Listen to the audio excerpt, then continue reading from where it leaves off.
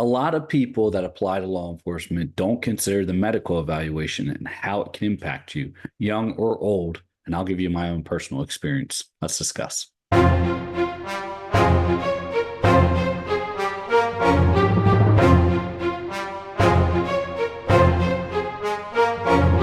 Before we get started, we have some gifts down in the description for you. One is going to be the Getting Started workshop. It's going to walk you through every phase of the hiring process, plus it has some hidden bonuses in it as well.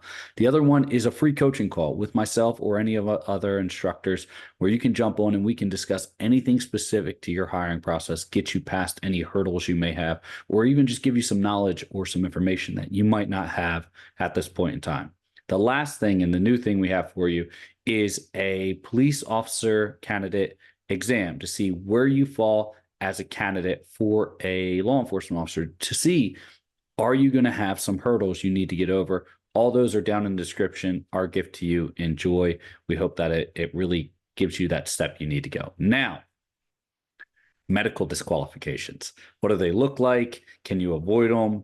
What's going to happen? So understand that law enforcement is a very arduous and rigorous position. It requires a certain level of physical capability. And in that capability, you can get medically disqualified for not being able to handle certain things.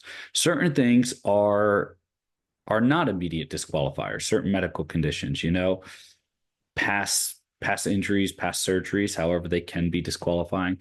Certain conditions such as asthma, it's going to depend on the agency and the severity of your medical condition there.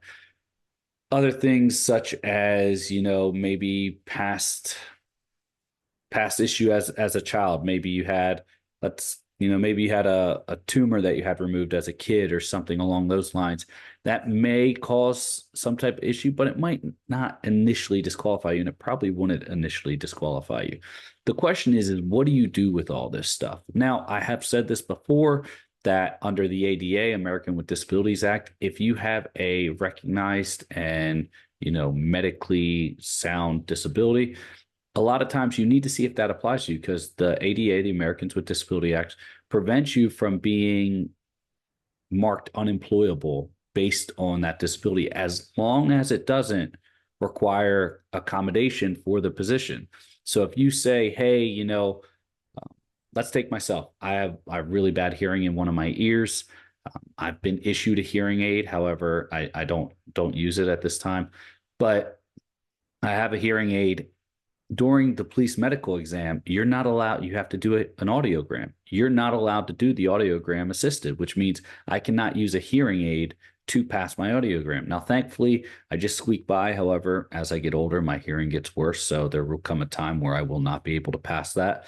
That being said, I cannot use a hearing aid to help me assist. Now, other things are allowed, such as glasses, right? You're allowed to use glasses most of the time as long as, because it's written in there that, you can have this vision as long as it's correctable to this vision, right?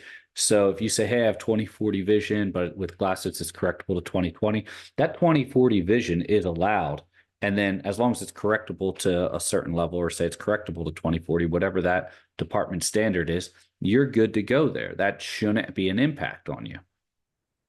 When I'm emphasizing shouldn't, right? Because each department is different and how they're going to evaluate it.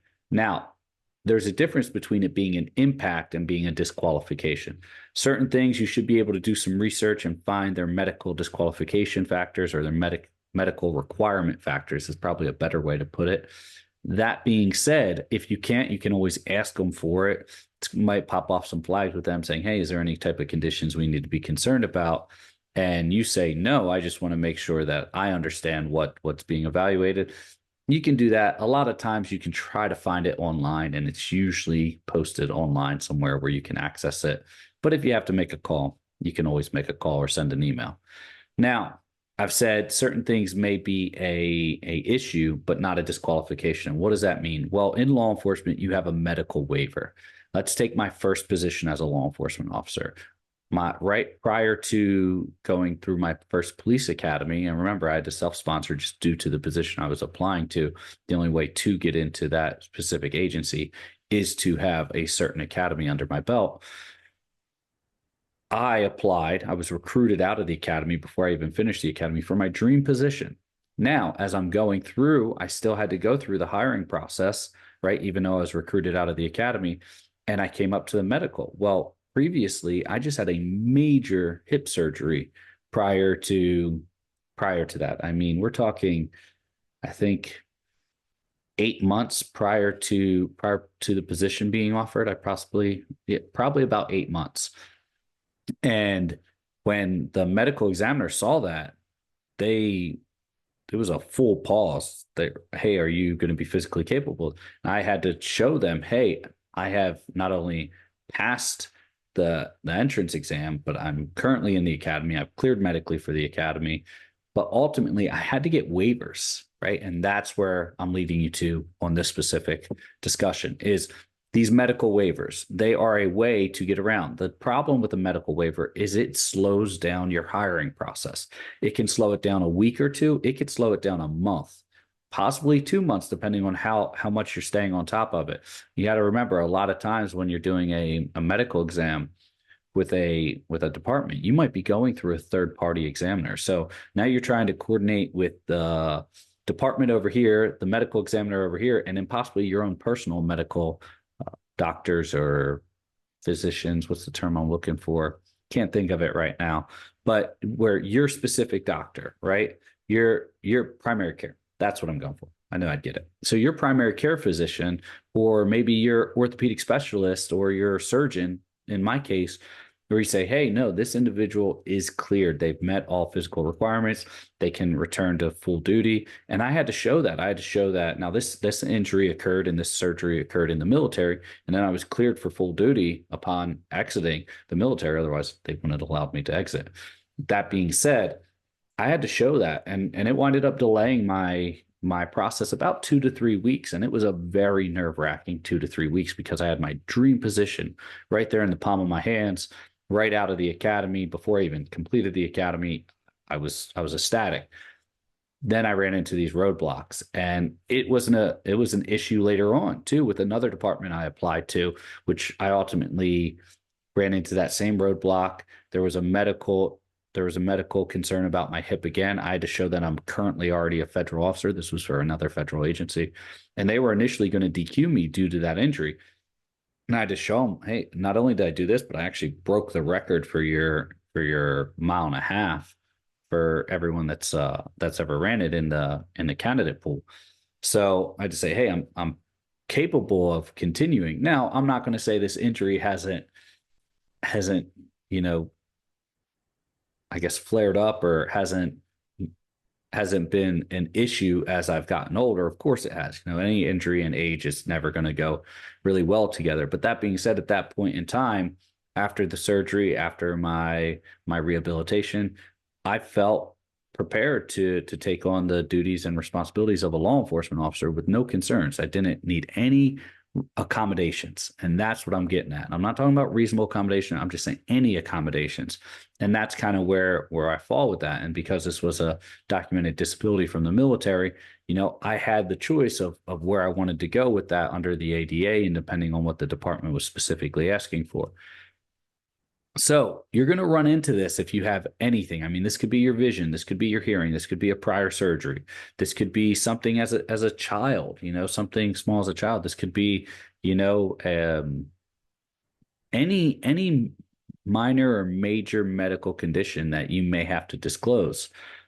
Understand that if you want to learn more about the Americans with Disability Act, you need to get into the ADA. You need to see how it applies to the department you're applying to and what requirements they're asking you to convey or divulge that you do have to do or may not have to do.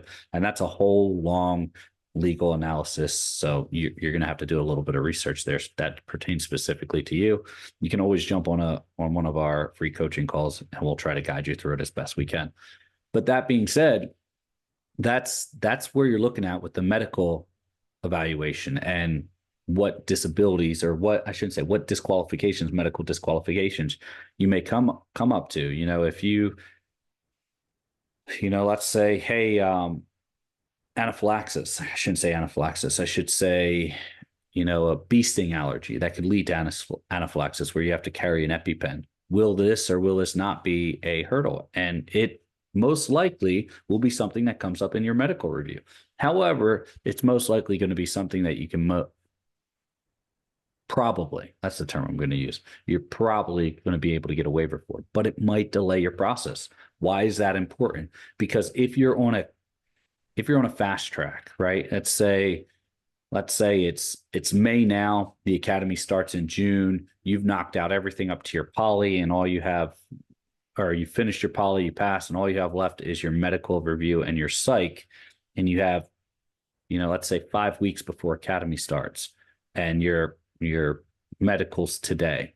You go in, you do your medical, they see what you marked down on everything. They say, hold on, you have this issue. We need to check to see what's the deal with this, if we can pass you forward. So then they're going to review, and then they're going to come back to you and say, hey, we might have to get you a medical waiver. If you don't have any knowledge about that, that's all delaying. And you're saying, where you can say to the medical doctors, hey, if this is going to be an issue, please let me know. The academy starts soon. I'd be glad to apply for a medical waiver right now and move the process. Well, that way you're putting that in the examiner's head to say, hey, okay, this is an immediate disqualifying issue, but it is a concern that the medical examiner has. This individual already knows about a medical waiver. Is this something that we can get moving right away, because this individual slotted for the next academy in 5 weeks?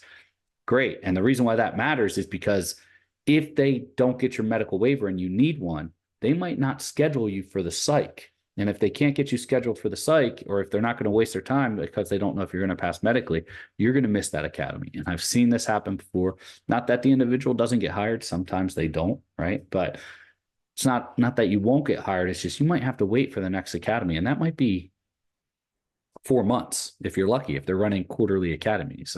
If it's a very large organization where they're running, monthly academies, you might have something going on for you there. If it's a biannual academy or an annual academy, you definitely don't want to miss that, because that's just really going to hurt you.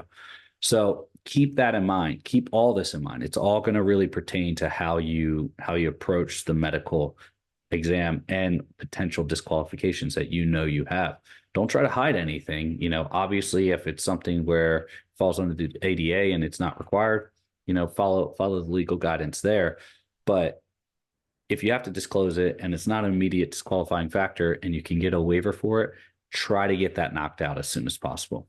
I hope this helps. Those gifts are still down in the description for you. Remember, the first one is the getting hired as a police officer, or getting started as a police officer are fully immersive, just workshop. It's going to walk you through everything you need to know. Next is a free coaching call with myself or any other member of instructor cadre that we have, where you can jump on, ask any questions, whether it pertains to a medical, whether it pertains to polygraph, I cannot speak, psych, anything, right? Written exam, it doesn't matter. Jump on a call. We'd be glad to walk you through anything you can. Our gift to you. And the last one is take the exam. See where you fall as a candidate based on our ranking. See where you fall if you're going to have some hurdles you're going to need to articulate really well, or if it looks like you have a pretty good chance of making it through the process. Once again, it's always going to come down to articulation now. Stay safe, and I'll see you next time.